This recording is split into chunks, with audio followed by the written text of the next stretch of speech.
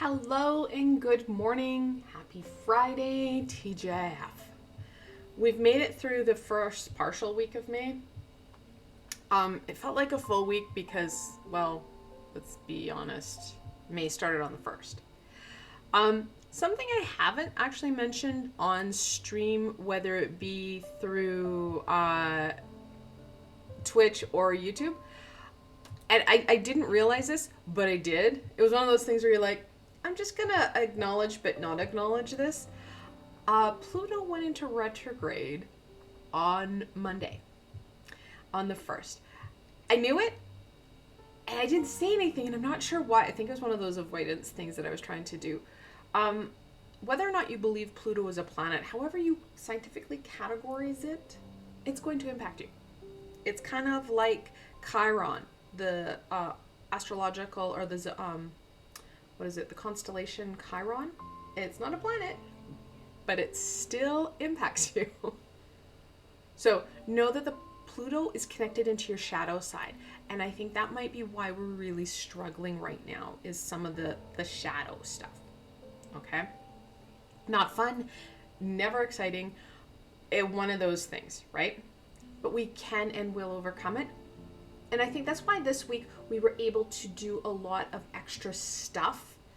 We had this build up with the new moon, the lunar eclipse, or the full moon, the lunar eclipse, the meteor shower. It's there to help us really get some of that shadowy work done. So today we're gonna look at the week ahead. I really enjoy giving you guys as much prep time as possible. So we're going to be looking at May 7th through the 13th. It is the first full week of May. Like I said, it did feel like a full week. We're into one of the last full weeks. Well, it is the last full week of Mercury retrograde. It does go direct on the 15th. But please remember, it's not like you're going to wake up on the 15th and go, it's done! Yay! Yeah, you could do that. But no, those energies are still there. We have to get through that kind of transition period. Okay? And I won't lie, it's a good week to shift out of Mercury retrograde because we do have that new moon energy coming in later in that week. So that's a good help, if you will. Okay? So let's look at this week. Let's get into the cards.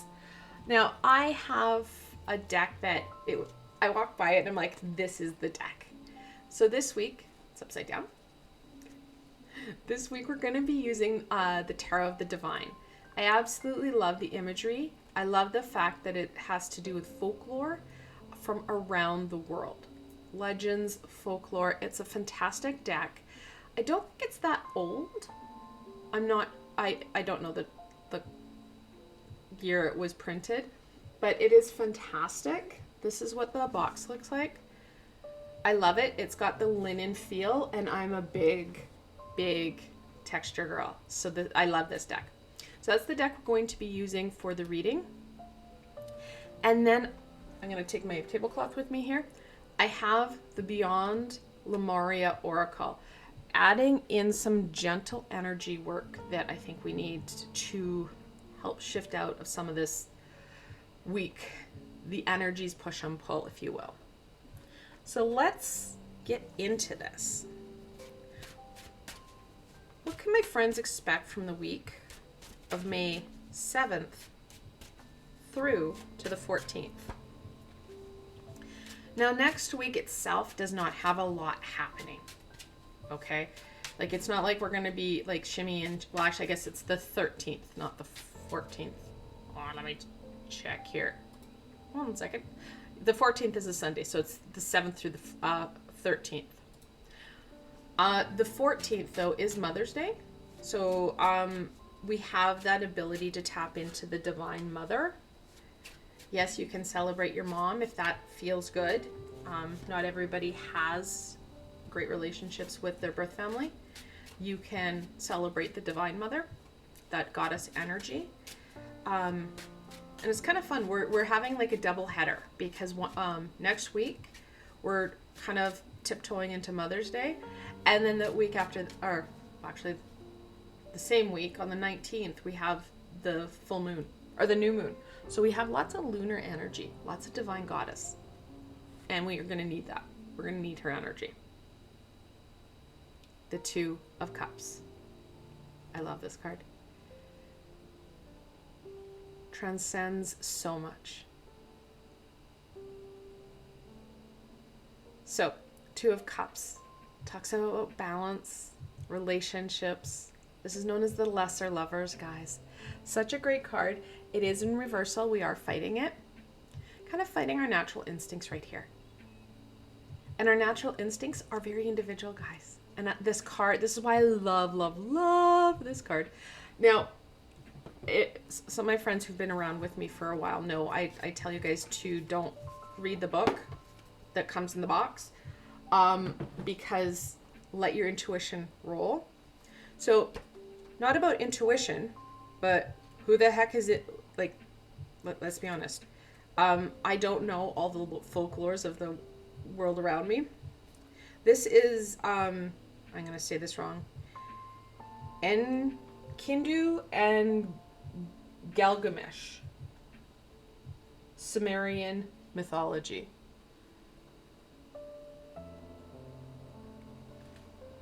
I keep this book because I like learning, and this is a fun way to learn. I don't care what they think the Two of Cups means. I know what it means to me. And guys, that's an important piece. What the card represents to you and how you feel, your high vibrational team will know how to share this information that needs to be shared by bringing up certain cards, because it resonates with you in a certain way. That's the wonder of this tool. Okay, so we're kind of fighting that natural urge. Like, it's almost like a primal urge. So be very mindful of that. We're feeling very disheartened, disconnected. And if you are in a relationship, that relationship is being taxed. If you're looking for a relationship, we need to turn the Two of Cups before you even try. You are going to manifest something you don't want. So make sure that you are taking that time for you. Easy ways to work with this. You need to start to look at grounding you and stabilizing you. That is what I said at the beginning of this. We need to take this week as a builder-upper week. The Hierophant. This is the white buffalo woman. And being from Canada, there is some very tragic and just disgusting history on how Aboriginal individuals, also known as Native Americans in America, were treated. And I love, love, love, love, love the fact that the Hierophant, who is about education, who is about teaching, is the white buffalo woman. So this is an amazing week of learning. Not school learning, guys. This is not about you going in and going, okay, I'm going to learn something. I'm going to YouTube it. I'm going to use Udemy, whatever way I get that information and learn, quote unquote, learn. This is about that firsthand getting in the gunk learning. Has a lot to do with this. Now, we also have another piece is the Two of Cups. Cups are about intuition. We are getting into a lot of goddess energy. On Tuesday next week, I will be posting kind of a celebration healing for the Divine Mother, the mothering energy. And it's not just one of those, oh, I'm going to coddle you healings. It is about working with our intuition, about connecting in with our higher self. It was funny. I never know what to expect on my healings. I sit down, I'm like, all right, guys, what are we doing? And I just channel it. It just goes. I finish, I went, oh, that's cool. So no, it's not that, oh, I'm going to nurture you. That will come in, of course, but next week it's about that intuition. And I think that in that piece, it's going to help with that connection to the Two of Cups. Six of Wands It is in reversal. This is about balance and victory. We're feeling very deflated.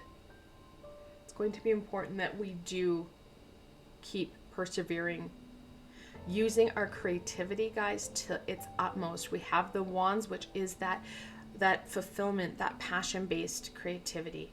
We have the cups. It's all about that intuitive-based creativity. Yin and yang of creativity there. Creativity is going to help you with the learning. It's going to help you get your hands in the whatevers, the energies, that learning piece to support you in really embracing that learning. So know that. Also know balance is an issue. Sixes and tarots always talk about balance. Twos, again, talk about balance. And it's about not only like the energy balance within us, but the balance of energies on the outside, that calm and center.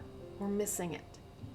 So take some time. Make sure if you know that your personal space is really kind of shifting and not stable for you, take some time this weekend and clear it out. Easiest way to clear it out is opening up your windows. Now do that only if you can. I know that people have dust storms, rainstorms. There are times in May, Canada still has snow. So only if you can.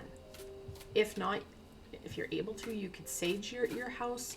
There are a lot of sprays. You can also take a selenite stick. I don't know if I can reach my selenite.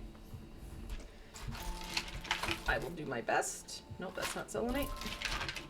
It's in a drawer that's right beside my computer here. And nope, that's not selenite. It's usually at the back. Oh, come on. I just need one. Yay, got it. Selenite stick. Does not have to be big. Selenite is a natural cleanser. I encourage my students and clients to take a little stick. They're not very expensive. And put them above doorways and windows to help clear out whatever may be coming in. Because windows and doorways are a weak point in your home. I've also encouraged people who live in like student residence or apartment buildings, you may even want to put them in different rooms where you know you have energy push, if you will. So if you have people below or above you that are very exuberant and they're pushing energy into your space, you can just set pieces of selenite in that room to help clear it out. So calm your space. If you're in a calm, really positive space, even if it is a small space, you feel better. You will sleep better. You will feel more stable. Okay? Step 1. Step 2 is working on self. We can't change people around us, but we can work on self. All right, let's see what's going to support you guys in really embracing that very instinctual side and turning the Two of Cups, embracing it, turning the Six of Wands, and feeling that passion. And let's be honest, I knew that this week would be hard for us that we're currently in because of all what was happening. That energy is a lot, that push and pull. So it's important that we take that time to, well, do what we need to do. Whoop, trying to find more space for my deck. To feel stronger, feel better. Soul Star Chakra. One of my favorites, I won't lie. Well, they're all my favorites. So the Soul Star Chakra is on the 5th dimensional chakra system. So everybody kind of knows the 7 chakras. Well, that's a 3rd to 4th dimension chakra system. And dimensions just talks about the level of refinement that the universal energy goes down. Think of it as when we refine gasoline. There's different grades to it, right? Well, it's siphoned, goes through different phases of removing intensity. So you're dealing with a less potent energy. If we were dealing with pure source, it would kill us. We can't. We're not, our systems are not built for dealing with it. So the fifth dimension allows a little bit more energy. Not a lot, but a bit more.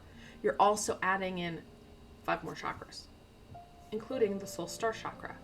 So it builds up and it builds down, okay? So on the top, you have your normal 7, and then above your crown, you have your causal chakra, which is kind of near the base, and that's your mini moon, your cycles, your moon center. And then above that, more almost in line with your crown chakra, but a number of feet above it, is your soul star chakra. It rolls on a magenta hue, and it deals with that astral connection, your astral family, those pieces of support, if you will. Archangel Moriel works with the causal chakra. So I do have on this channel a wonderful meditation I did last year or the year before with Archangel Moriel, where we connect in with your astral family, and a tool that will support you now. Fantastic to support to working in that soul star chakra. Anytime you work with Archangel Moriel, you are working in the soul star chakra energy, and it will help with that connection and that understanding. Water. Oh yeah. I can't say it enough. The ability or need for intentional bathing, using that water to cleanse internally as we drink it, externally as we bathe in it, play in it, it's important. We do not need to work harder now. We need to work smarter, guys. And that is exactly what these are saying. Ask for the help. Gain that connection, or reconnection, I should say, because our astral family has been with us for, well, ever. And they're there. It's just we physically don't remember them. There's a veil of what's called a veil of amnesia when we reincarnate. So, and that water, tools that you can use. I said you need to get in and really experience that experiential learning. Well, this is going to help you, give you the tools to get in and really enjoy that, not only experience, but that learning opportunity, because there's a lot of them. All right, let's dive a little bit deeper. What further knowledge and support, wisdom and guidance can we share with my friends so they can really enjoy this week, getting the most out of it? And I can't say enough on how the Two of Cups is really just connecting with me and hitting home. And it does not mean that you have to be with somebody. If you are in a situation where you are single, that relationship with yourself, my friend. And for a lot of us, that's what it is. Even if we are in a relationship with someone else, it's that relationship, that love, that compassion towards self it's so needed right now. And we have the most intolerance for ourselves right now. The Knight of Cups. Such a fantastic knight to pull, because as I was saying, we have the most intolerance for self. We pull the romantic knight. It is time to give ourselves that moment, that time to connect in. Like I said, I will be giving you that connection anyway on Tuesday, but you can do other things in the meantime. Just even nurturing self. Cups, again, we've got lots of water here, guys. Don't minimize the impact and amazing resource that intentional bathing can be. The Fool reversed, and in this deck happens to be a mermaid. We know this, we're looking at movement. We know that this has to do with us really connecting in and feeling better, feeling stronger. We feel disconnected, we feel unsure. We're just kind of going through the motions. The Fool reminds us of that need for fun, play, enjoyment of that journey, that pathway forward. It's that iconic figure. It looks like he's going to take that leap of faith. It's just he can't see the pathway ahead of him. It doesn't mean he's going to do that leap of faith. It just means he's trusting in the universe. He's trusting in this pathway that no matter what happens next, he's got not only the physical support in his dog, but he's got that higher vibrational support. That sun is right with him. So no, we may not be able to see our journey entirely, but we need to be able to trust in it, to really embrace it, to gain that fulfillment. And we're kind of resisting that. 10 of Swords. Acknowledgement of how past experiences, swords are about knowledge, right? Past experiences are impacting us. We know they are. We know the trauma, we know the pain, we know the fear and heartache. We know it's there.